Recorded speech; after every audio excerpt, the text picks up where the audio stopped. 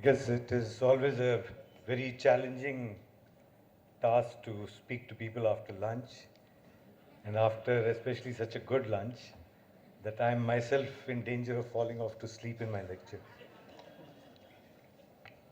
Uh, I'm sorry I can't speak to you in Telugu, though my grandfather is from Kurnool, uh, and I taught as a teacher in a small school in Kuppam district for a year after I left college. I can follow Telugu, but I don't want to impose my bad Telugu on you. So I'd rather speak in English and maybe once in a while in some Hindi. Uh, I never knew uh, Dr. Balagopal very well personally, but I shared a stage with him around 10 years ago in Chennai. This was in the aftermath of the 2009 massacre of Sri Lankan Tamils. So there was a big protest meeting in which Professor Balagopal had come, and I was also one of the speakers. So we shared a dais like this, and I met him at the time. And of course, one had already read a lot of him, heard a lot about him, and we were all big fans and admirers of his, of not just his modesty and humility and scholarship, but for his great courage. I'm very, very privileged to be here to speak at this memorial for Dr. Balagopal. Thank you for inviting me. I just wanted to say that some of the earlier speakers, I'm sorry I didn't fully understand what you said, but I could get a broad gist of it. But earlier in the day when Colin Gonsalves and Hartosh Bal spoke about media and about Hindutva and fascism and so on and so forth, I just wanted to say, because I mentioned Sri Lanka, that one of the things in India this happens in every country, that people in every country think that their country is the entire world. The fact is, there's always a world outside the country. And in this neighborhood of South Asia, if you look at all the neighboring countries, Sri Lanka, Pakistan, Bangladesh, 3 countries in particular, they've all had similar problems to what we in India are confronting today in terms of rising religious nationalism, sectarian violence, discrimination, authoritarianism. Sri Lanka in particular had the rise of Sinhala chauvinism soon after independence, back in the 1950s itself. And the consequence was to push minority populations so much to the corner that they had no choice except to fight back. And the Sri Lankan history, modern history, if you study, you will see great similarities with the rise of what people call Hindutva or Hindu chauvinism. Actually, I would rather use the term Hindu Savarna chauvinism, because it's a very Savarna phenomena. And Hinduism, in fact, there is no such thing as Hinduism except what is defined by the Savarnas. What lies beyond the Savarna definition is not considered Hinduism at all, or anything at all, leave alone not being Hinduism. So we are talking about the parallels between Sinhala chauvinism and Savarna chauvinism. I'll come to that later. Just to tell you a little bit about myself, I used to be a journalist once upon a time, long, long ago, when it was possible to be a journalist and still be alive. It was in the 80s when pay scales were so low and our needs were also so low that it was difficult to bribe us. I mean, good whiskey was still cheap in those days. And we were also young, so if somebody chased us to beat us, we could also run very fast. So one could survive as a journalist. Now it's not possible anymore. So I switched to working on public health many years ago, around 17, 18 years ago. So over the years, I've gone from being a hack to a quack. I've dabbled in many disciplines. I refuse to acknowledge any boundaries. I'm not an academic, and have as I don't have any field. People ask me, what is your field? And as Max Weber once famously said, I don't have a field because I'm not a donkey. So I also don't have a field. So I dabble in many disciplines at the same time. And today I will talk about human rights and nature, which is a very broad topic. And the topic can be dealt with at many levels, in a very abstract theoretical level, which I will try my best not to do. I will try to bring this very broad topic down to a few basic questions. Broadly, the questions are, and this is my favorite question, it's a question to which I'm still finding the answer. For a long time, I thought I knew the answer, so I never asked the question, but recently I asked this question, what exactly is a human being? And when I asked this question a couple of years ago, I suddenly realized I had no answer. I don't know what is a human being.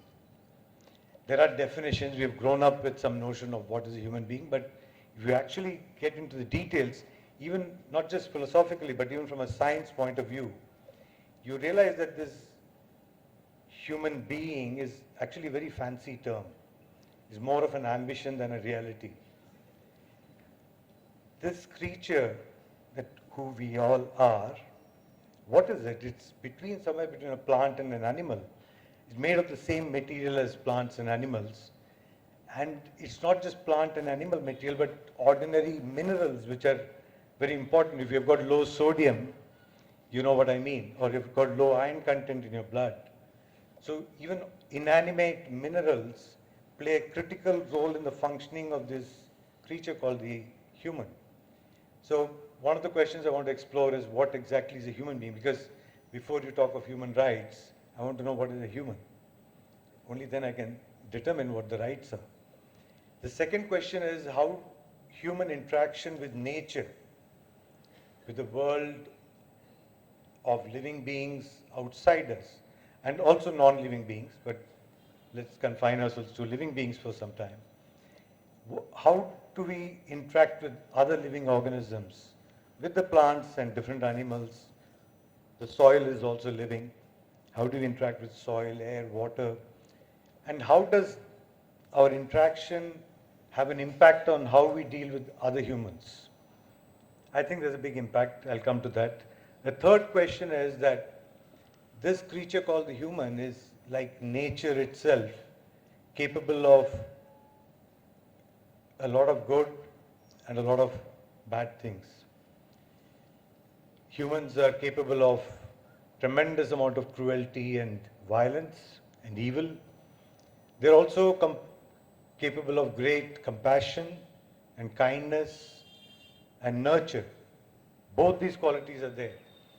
What should we do, or how should we do things that this positive side of the humans can balance out the negative, or at least, if not be predominant? I don't think we can fully wipe out the negative side of human beings. I'll come to that later. But I think that understanding the human being and the process of interaction with nature and understanding what are the different things, what are the principles we need to follow to bring out the best in human beings. Because the idea of human rights is very often reduced to legal technicalities. It's all about filing cases in the court, as if there is nothing human outside the court.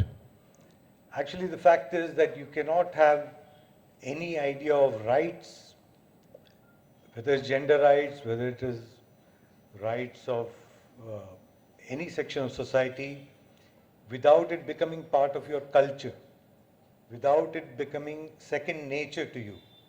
People behave in a certain way in a certain context. And that behavior is guided over a period of time by what I would broadly call culture, or tradition even. Unless you change your traditions, you have no hope. The imposition of laws is only a very temporary and very unsure method. No society can be run by courts and lawyers alone. In fact, an ideal society would be without courts and lawyers. Ideal society would also be without doctors and journalists. But these are the questions I would like to really go through. One of the things I wanted to talk about is the question of what exactly is a human. In this age of ecological consciousness and global warming, how are human beings related to nature? Around 8 years ago, in Bolivia, in a city called Cochabamba, a gathering of social movement people, political activists, and environmentalists, they made a declaration, which is called the Rights of Mother Earth, where they declared, it was a declaration on the rights of Earth, which they said was a living being.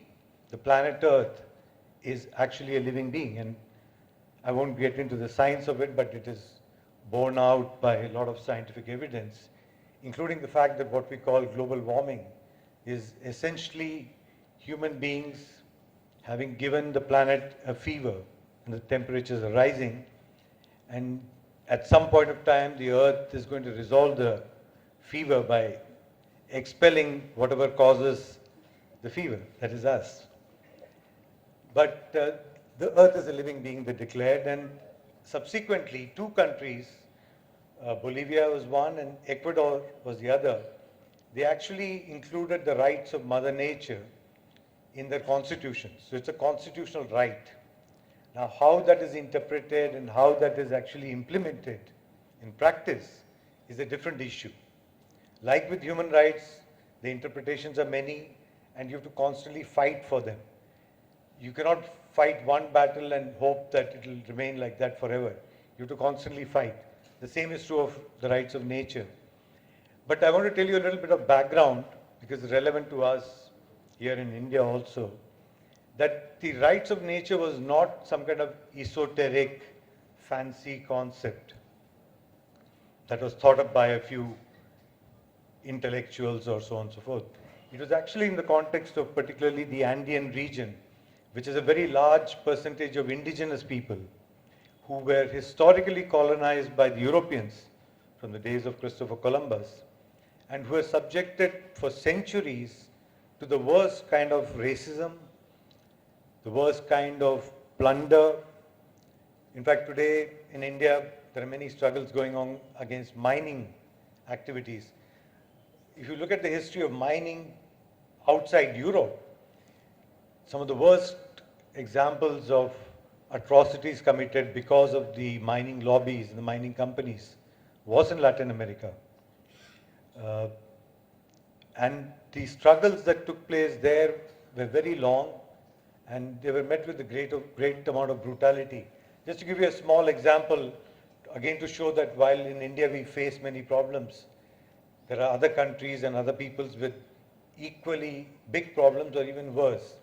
In Bolivia, this is a country with population of maybe around, I'm not exactly sure, but maybe a population of around 15-20 million people. Around 70% of the population is native Indian, which is indigenous or Adivasi population. Till 1952, the native population or the indigenous Adivasi population of Bolivia did not have the right to vote, it did not have the right to own property, and it did not have the right to get married legally. Till 1952. In 1952, there is a kind of revolution which brings in a new constitution which gives them equal rights to the white colonial rulers or those who succeeded the old colonial powers which existed till the early 19th century. I'm just giving an example of how human beings treat human beings. And in fact, the story of native Indians in Latin America is even worse in many ways, because in 1962 in the neighboring country, Paraguay, a case came up to the court in which the Supreme Court of Paraguay actually gave a ruling saying that the native Indians of Paraguay are actually human beings. Because till then, they were legally not considered human beings. I'm giving you these examples because I want to show the relation between how we imagine what a human is. Usually, a lot of human beings think that they are the only human beings on the planet. Everybody else is somehow inferior. Uh, like, if you look at the traffic in most parts of India, the person driving the car thinks he's completely alone. The whole road is his. So that's the way people generally look at the world, that you look at it entirely from your point of view. There is no idea that there can be somebody else also sharing the same space. So what is a human being has a very interesting kind of history. And as I said, in the case of Latin America, they came up with the idea that they fought against these kind of racism, against colonialism, and particularly against the plunder of nature around them. Because these are all people who lived in harmony with the forests, the rivers, the mountains, the other animals, the birds. For centuries, they lived with them, lived off them in a mutual balance. One of the characteristics of what we call civilization is civilizations make big buildings. You know, if you go through history of civilizations, they tell you that Rome was a great civilization. Why? Because a lot of big buildings left behind. Egypt was a great civilization. Why? Because they built a big pyramid. Or even in India, they say Nalanda was a great civilization. Wherever there are old buildings, old temples, they're supposed to be great civilizations. But if you really look at this carefully, this is the real estate agent's version of civilization. You know? Because to be civilized has something else altogether. It's about how people behave with each other. It's not about how much property you own or how big a building you occupy. It's about how you behave with people. And how you behave with other living creatures around you, not just people. And if you look at indigenous cultures historically, they are some of the most unbroken cultures and unbroken historically, in the sense that the way they live, even till today in some parts, they are not allowed to live the way they want to live. The way they live even today is similar to the way they lived 1,000 years ago, 2,000 years ago, which means that they've arrived at a kind of rhythm and a balance with the world around them. They adapt to it, but more or less, broadly. But what we call civilization is essentially about property and real estate, and it's about city building. And cities are considered signs of progress and development, but actually cities are huge energy sinks. They suck energy and resources from everybody around. You know, they live off the hinterland, they live off the rural areas, they live off the forests, they live off other people's resources. They consume much more than they're capable of giving back. They give back toxic waste, of course, but cities are actually the reason. They're like a cancer on the planet. Cities are the reason why all the other problems that we see, I think, are related to that. Because you cannot maintain the energy consumption of the city, the lifestyle of the city, without a minimum amount of violation of human rights. You have to violate human rights in order to maintain this. So we are in a dilemma. I mean, I don't know the answer, but I'm just pointing to the problems. And that's why the native Indian movement in Latin America and other parts of the world also, it's a growing thing. They recognize that respect of nature, the rights of nature, was very fundamental to recognize. If you want to maintain human rights, you have to maintain the rights of nature. We are not inseparable and above nature. We are very much part of nature, as Eduardo Galeano, the famous Uruguayan writer, says. He says that human rights and the rights of nature are two names of the same dignity. Human legs are also the road that nature walks. We are the road that nature itself walks. So what that means is that we are nature. So this consciousness of ours, this language of ours, which places the human being on a slightly higher pedestal, is usually mistaken. And in fact, I was in Bolivia for a very different reason.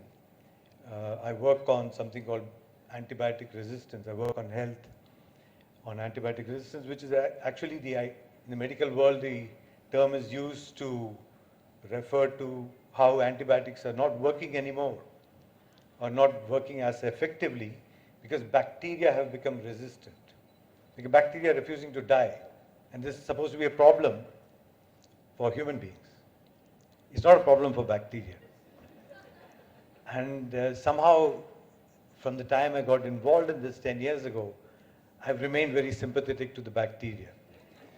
So what we did was we drafted something called the Universal Declaration on the Rights of Bacteria, which are actually now circulating. If anybody's interested, I can send you a copy for endorsement. You can read it. It's reasonable. It's argued out. It's not just an assertion. So I'll come to the bacteria thing later because again, how we look at these organisms has a big implication of how we look at each other. You know, the point about this thing about rights of nature and the indigenous perspective, the principle involved is very straightforward. Basically, the indigenous philosophy, which is most clearly articulated in Latin America, is that if you take from nature, you should be willing to give back what you took. The problem is, as I was saying earlier, urban civilizations give back toxic waste. But what do other people give? This is the question that we have to ask, that are we giving back what we are taking, or are we just consuming?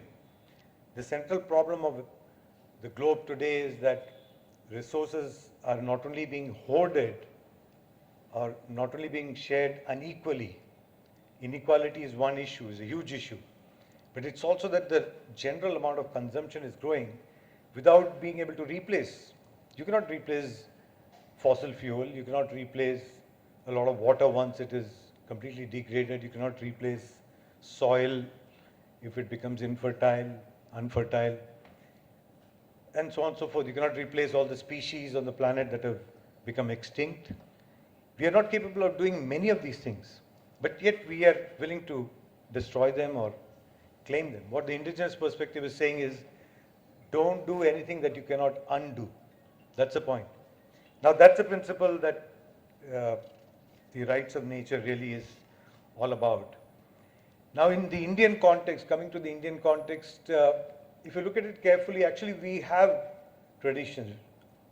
We had traditions which were all about a lot of respect for nature. And I suspect even in many of the Hindu religious practices, there's a worship of nature involved, river, mountains, the sun god, the moon god. And of course, there are many Hindu gods which are half human, half non-human. You have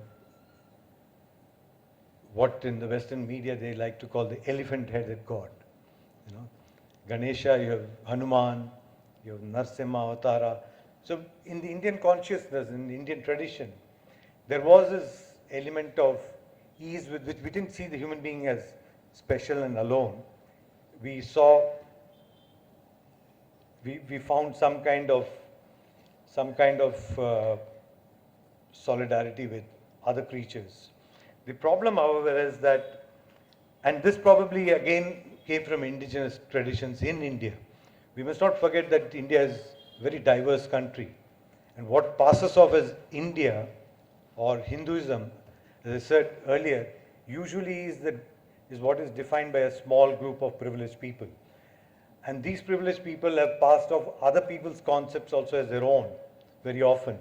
So many indigenous gods, traditions, rituals, ideas, practices have been passed off as Hinduism in general. So there's a lot of stealing of copyrighted material happening historically in the Indian context. And what I find very problematic today with mainstream Hinduism's worship of some of our half-human gods is that we are humans worshipping this god and asking for blessings, but we never ask, what did this god do for his relatives on the other side You know, I mean, like for example, every time there's deforestation and an elephant corridor is destroyed, I imagine that these elephants must be calling out to their closest relative in the pantheon of gods. And I have not, or for that matter, you know, monkeys in the forest being displaced or beaten. I mean, it's strange, but very religious Hindus, when they see a monkey, either they are scared or they turn violent. I mean, I can't understand. You're supposed to be Hanuman Bhakt out there. But this is the real reality of how we actually deal with nature. We may worship them in the temples, but the way we actually deal with uh, other creatures which are actually part of our own religious tradition is very strange.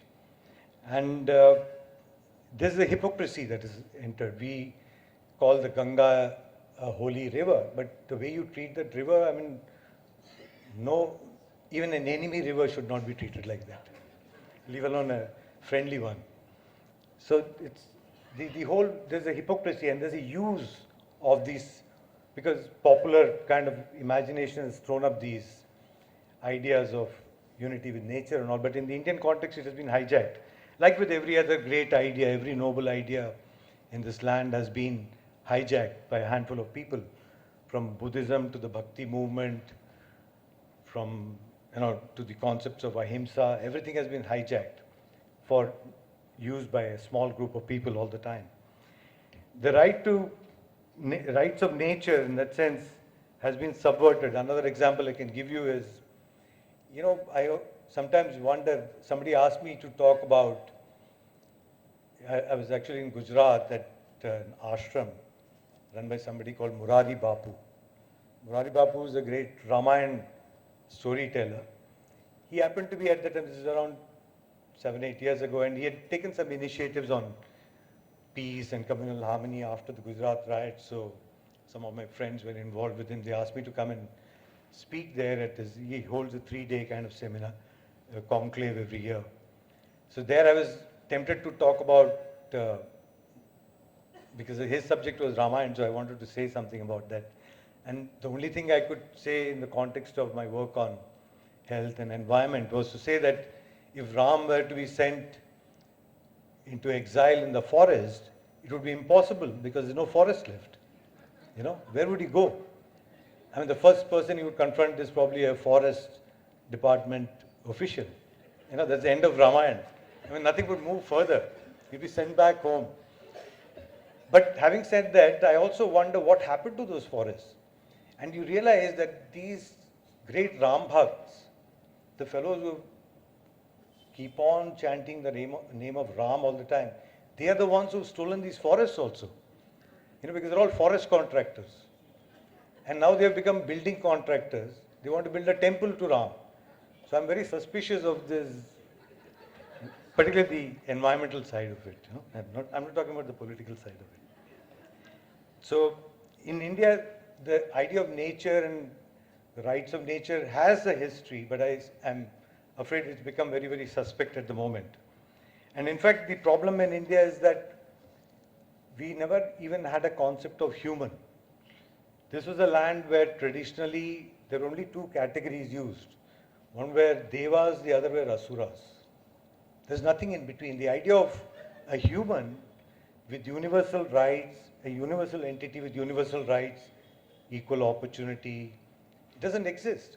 It doesn't exist. That's why, for example, the term human rights, if you translate it into any Indian language, it doesn't resonate. People wonder, what are you talking about? Because in traditional India, and even today, the idea was that, yeah, I have rights, but why should he have the same rights? He's below me. The whole Indian caste system is about differential rights. And I'm sorry Colin would probably corroborate this, but the courts of India are full of these kind of examples where they look at somebody and say, "Arey, you look like a criminal." I mean, no evidence presented, no arguments made, you look like a criminal. Or in the Batani Tola massacre in Bihar, they looked at the accused and said, आप तो बड़े अच्छे घरों के लगते हैं, आपने तो नहीं किया होगा. अरे अच्छे घरों के लगते हैं. कौन से अच्छे घर? मतलब I'm talking about how the caste system has never allowed the emergence of one category called human. So when you say human rights in any of the Indian languages and go out on the street and say that I work on this subject, they'll look at you as if you dropped from some other planet. They cannot relate. The concept doesn't exist. It's a struggle, which means it's an incomplete task. There's still a long way to go. And the other way in which the caste system has worked, and again, how we look at nature comes in here, is that it is, imagine the hierarchy. Imagine the hierarchy of society in terms of the different parts of the body. I won't say the human body because it's actually the body of the deva. Head, torso, feet, and so on, so whatever the 4 categories of varna, chaturvarna that is used. The human body, so how we look at nature and what conclusions we draw, and one of the conclusions obviously here is again worth examining, that it's assumed that the head is the most superior thing. Now this is only an assumption, by the way. It's an assumption. The reason I'm saying this is that the idea is that all intelligence resides here. And intelligence being the most important thing according to the dominant culture.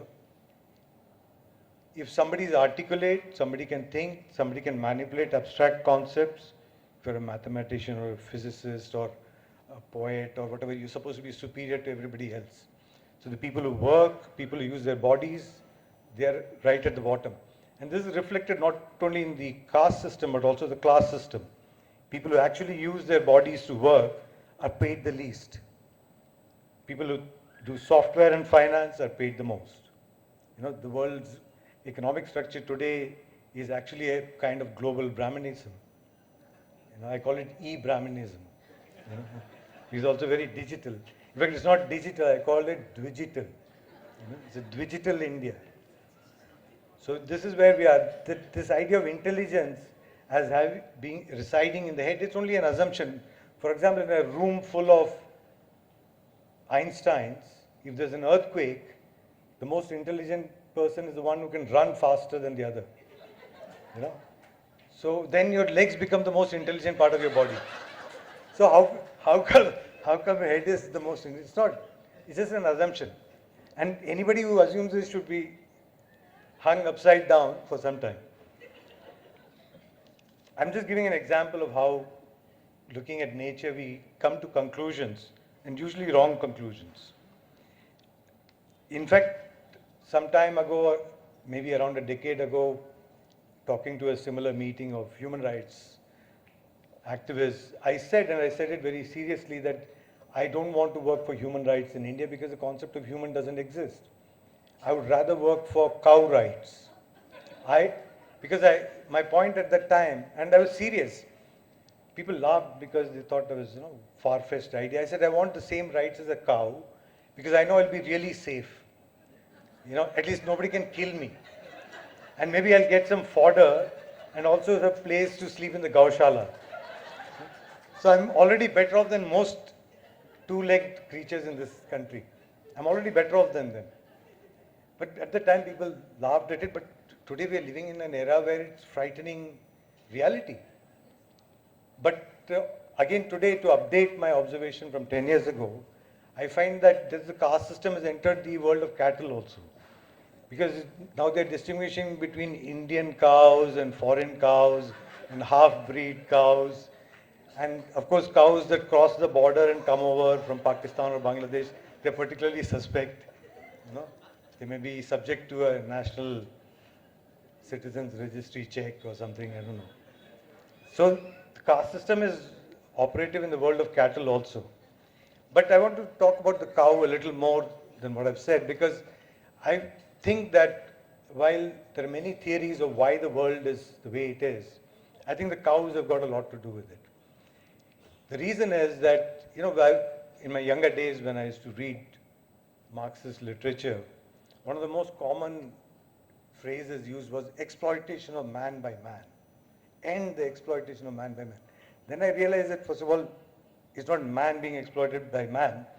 Mostly women are being exploited by man. And secondly, there's exploitation of many things other than humans.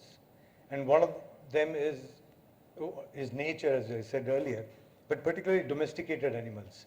Of all the domesticated animals, the cat, the dog, the sheep, the goat, the cow is the largest. It's a huge animal, and this big animal, you can do anything you want with it. You can tie a rope around its neck, you can tie it to a tree, and you can feed it grass from one side and it gives nutritious milk at the other end. And it doesn't protest. You're actually stealing the milk from its calf. You're stealing. You try doing that to a lioness, it won't work. But with a cow, anything is possible. So I suspect that the worship of the cow is actually closely related to this fact, that it is very docile. And the whole idea of worshipping the cow is to tell everybody, you all become like cattle and we will treat you nicely. You become cows and we will treat you nicely. If you refuse to be cows, then other things will happen. And this cow has become a template.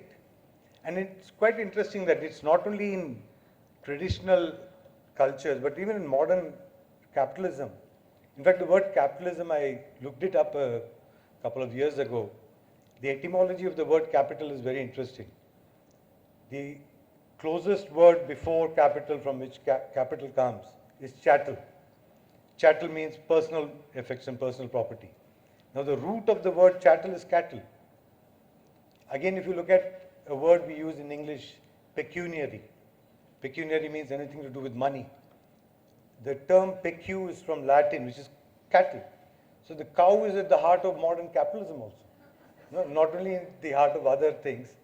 So broadly what is happening, I think, is that one of the things that human beings learned very early on in human history is when they domesticated the cow and they saw that this thing is so useful and can do a lot of work for them without protesting and on very little maintenance, then the idea must have surely come that if I can do this to such a big animal, maybe I can do this to my wife and children and my neighbors.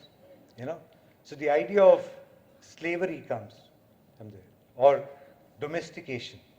So the domestication of other people. And what are in the case of human beings, since we are not everybody is exactly like a cow, though I see a lot of them walking on two legs with mobile phones. But since everybody is not exactly a cow and human beings are human beings, they can think, they can talk, they can resist also. So violence is not the only means that is used. There are, I believe, 5 techniques of controlling the human species and converting them into cattle. Violence is one of them, the number one. It's used whenever other strategies don't work. The second is religion. So once they've tampered with your software in your head, you follow blindly. The third is actually education, a kind of education which teaches you not to think at all. Whatever natural ability you have to think, a child is a curious creature. It's constantly asking questions. And once it goes to school, it stops asking questions. It starts answering questions, which are there in the syllabus. So it stops thinking for itself. An education of that kind is converting humans into cattle. The fourth form of conversion, the technique, is entertainment. But entertainment is not only about song and dance. It works like a narcotic. It sort of numbs you and makes you dumb. The media is a very big source of entertainment. I've always told students of journalism that if you want to know what is happening in your society, watch the cinema, listen to the popular songs, watch the soap operas. They are telling you exactly what is happening in your country. If you want entertainment, watch the news channels. The great entertainment. Once you decide that this is entertainment, then you can watch Arnab Goswami all evening long. But if you're the problem is people get very frustrated because they're looking for facts and information. This is the wrong place you're looking for. You have to switch the channel. So, the fifth technique that is used is that of finance. If violence and religion and education and entertainment don't work, then finance will surely get you into the loop. Money, nobody can escape money. That's the way they've constructed the world. So everybody ultimately becomes a cow of some kind or the other. at the end of the day. And this is how we treat animals ends up affecting how we treat other people. And the problem of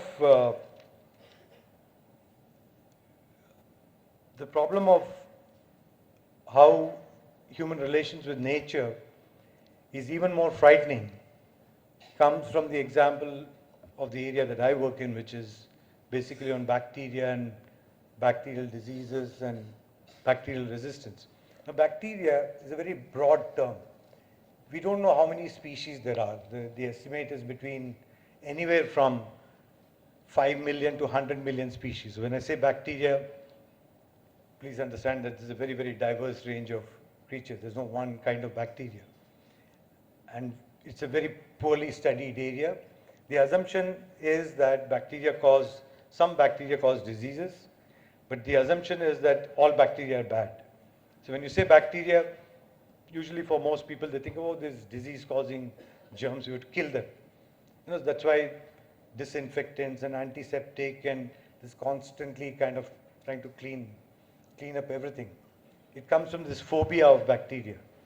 And the problem is that bacteria are the oldest and most numerous living organisms on this planet. They are responsible for almost every life process you can imagine. From the functioning of our bodies, your digestive system won't work without bacteria. Food production, agriculture is not possible without bacteria. Waste recycling, not possible without bacteria. Fixation of nitrogen into the soil, the maintenance of the proportions of different gases in atmosphere. There's nothing in the world which is possible without bacteria. But the only thing that they are remembered for is they can cause disease. This is very, very bad public relations to start with.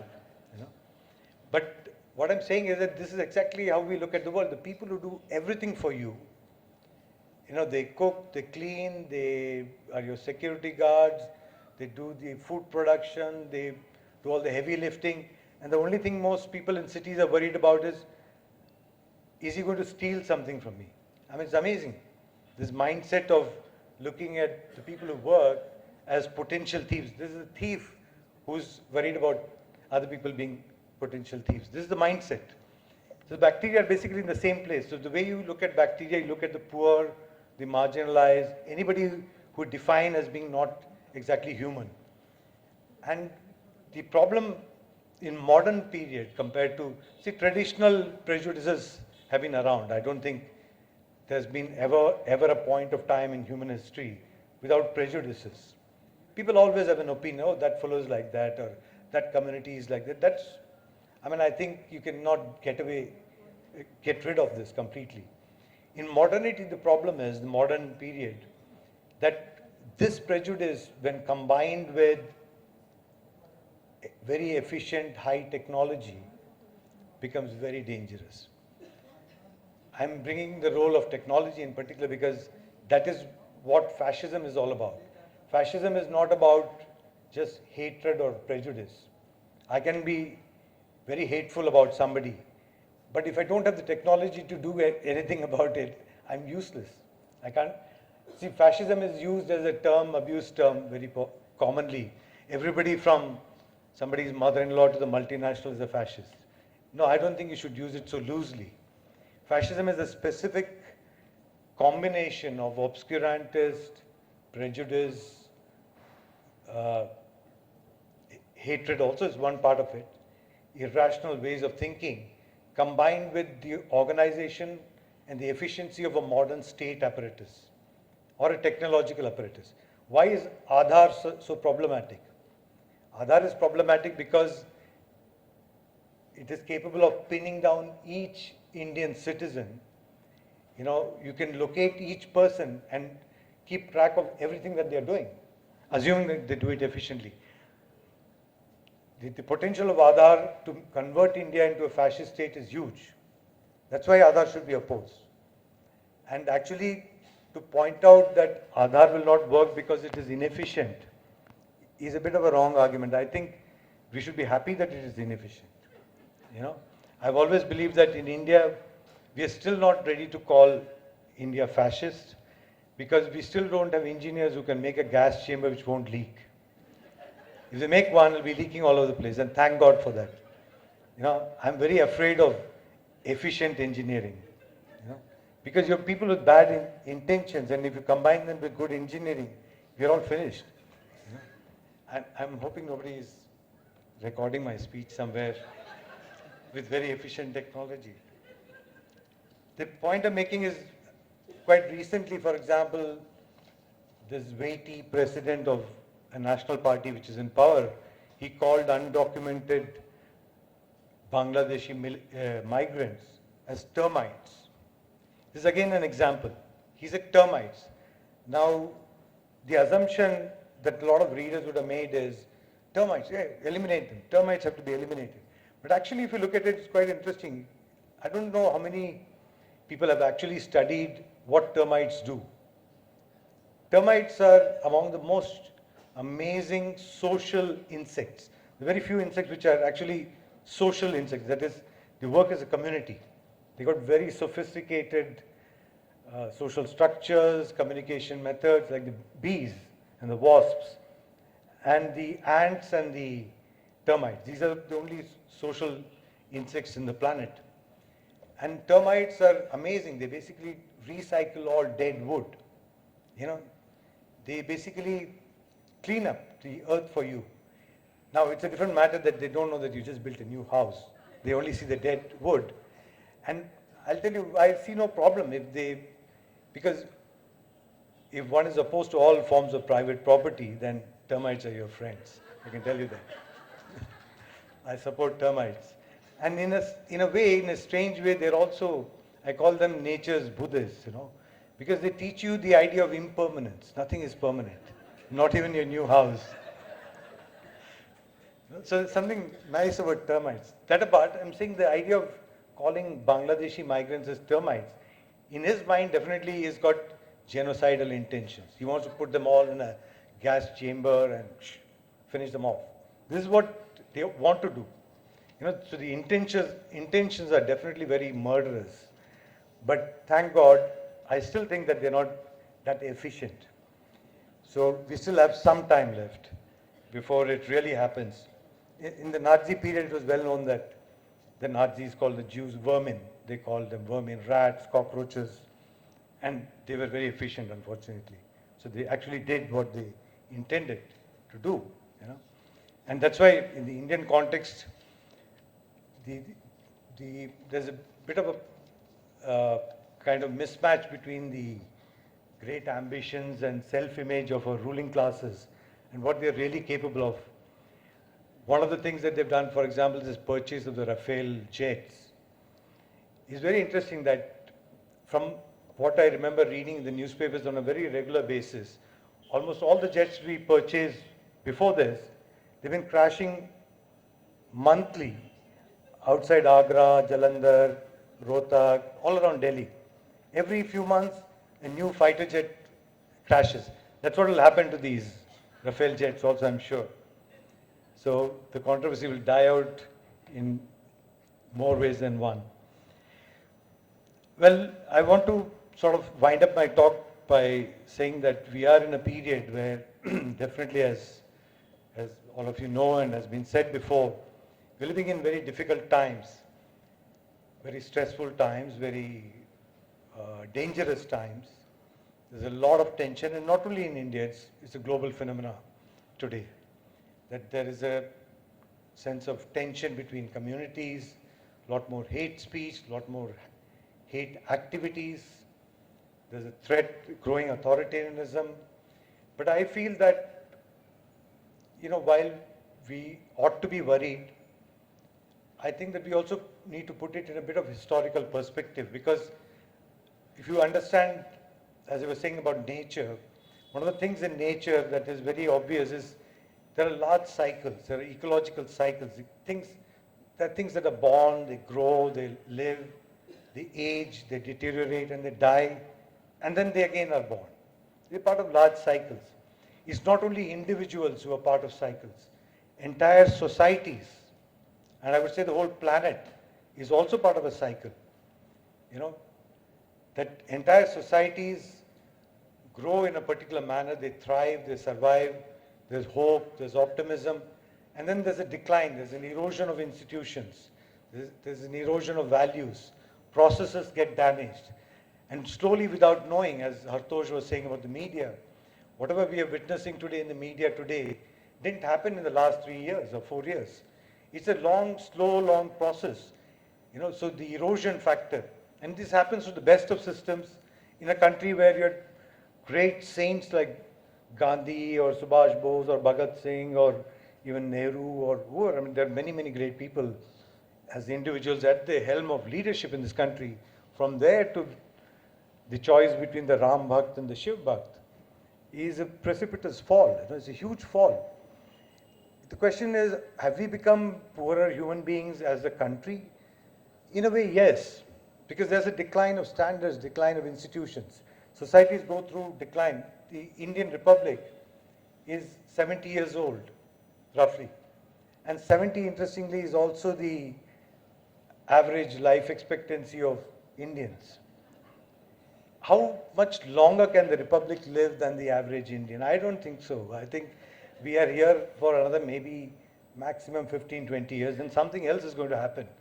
This Indian Republic, and just as an average 70-year-old Indian would be typically diabetic, have poor vision, and going by recent the Indian Republic is just like a 70-year-old man. He's diabetic, has loss of vision, has a lot of pain in his joints, and from some recent Supreme Court judgments, also a bit constipated. And I don't think that this republic is going to last very long. I think instead of lamenting what has happened or what is happening, I think we need to again look at from this ecological perspective from the view of nature, that it was good while it lasted, but I'm sorry, it's going in front of our eyes. So what do? We do what nature does, which is we recycle the waste. We make good compost. We make the soil more fertile, plant some seeds, and let a new forest grow. That's what we are here to do. No point lamenting what's happening. What we need to do is to go back to work. We are not cows, because we refuse to be cowed down. We are not tigers and lions either. We are actually like bacteria. If we look at ordinary people around the world, they're just like bacteria. They go about doing whatever they have to do, and everybody is contributing. Nobody is too small. And if these bacteria get together, they can transform. I mean, when bacteria produce high quality work, it's called an epidemic. And the history of human societies, many epidemics have come and gone, and people know what it can achieve. It can transform societies. I'm saying as bacteria, we have tremendous potential. Of course, not only epidemics, we are also responsible for all the good things that are produced on the planet. So we have to forget about trying to be big. We can become big only collectively. So at some stage, we have to reimagine ourselves as part of nature, and we have to get back to work, to regenerate. Whatever has happened has happened. What was born was destined to die. But once it's about to die, it's time to pack it up, give it a good funeral, and start afresh. So that is where I think the future is, to reimagine ourselves as bacteria and termites and keep working. Thank you.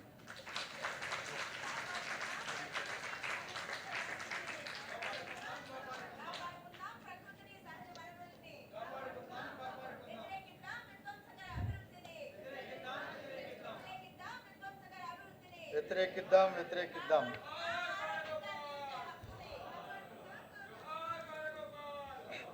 ప్రకృతి మానవ హక్కుల అంశంలో చాలా భిన్నమైనటువంటి అంశాలని ప్రస్తావిస్తూ వక్త సత్యసాగర్ గారు అనేక విషయాల్ని మనకు తెలియపరిచారు. ఈయన ఉపన్యాసం మీద కూడా సందేహాలుంటే మరి ఈలోపు సునీత గారికి కూడా కొన్ని ప్రశ్నలు వచ్చాయి.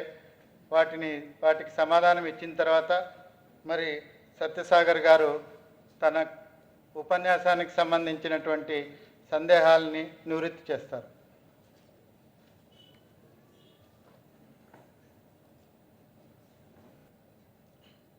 question is the name is not name of the person is not mentioned. How should we understand the heavy rains and damage in Kerala? Is it man-made tragedy? Is it a simple natural calamity?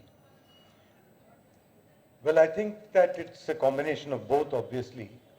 Nature is, uh, it's a natural calamity at one level. Such heavy amounts of rainfall uh, could happen any point of time, anywhere.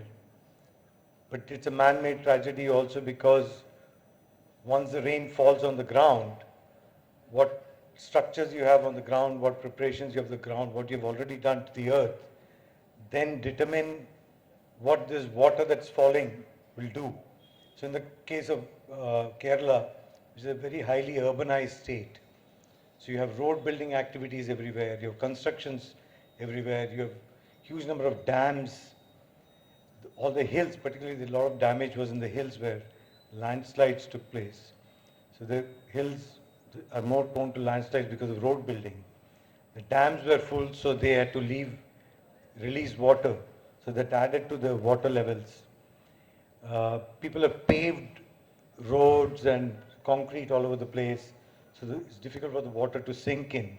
People have built entire townships and colonies in watershed areas or former lakes. So once the water comes, it all accumulates there. So in that sense, it is a man-made tragedy combined with a natural calamity. And one of the things about global warming, there is no direct evidence to show that this particular rain was because of global warming, because that would require a lot more data.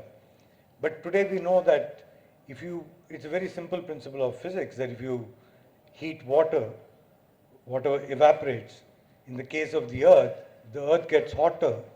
70% of the surface of the planet is ocean. So the water goes up and then it has to come down. So it come back. So you are witnessing more intensive spurts of rain. So rain is happening in short bursts. And in city areas today, you have, particularly in South Asia or in many parts of Asia, the drainage system is so poor that your drainages are blocked. So even a small rain is capable of causing a flood. And if you've got housing, there's a lot of damage. So it's a combination of human and natural factors.